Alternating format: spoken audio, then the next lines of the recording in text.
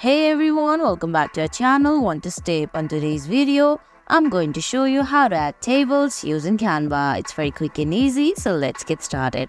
First, open the app on your phone. If you don't have the app yet, you can get it from Google Play Store or the Apple App Store.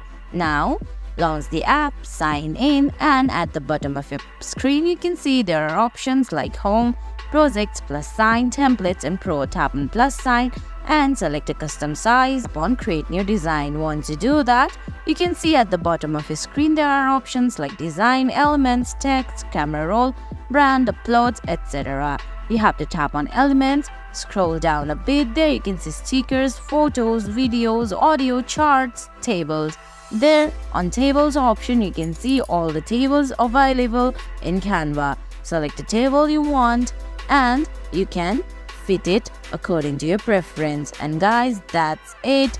That's how you add table in Canva. I hope you found this video helpful. If you did, please give it a thumbs up, leave a comment, subscribe to our channel and hit that bell icon. See you in the next video. Thanks for watching.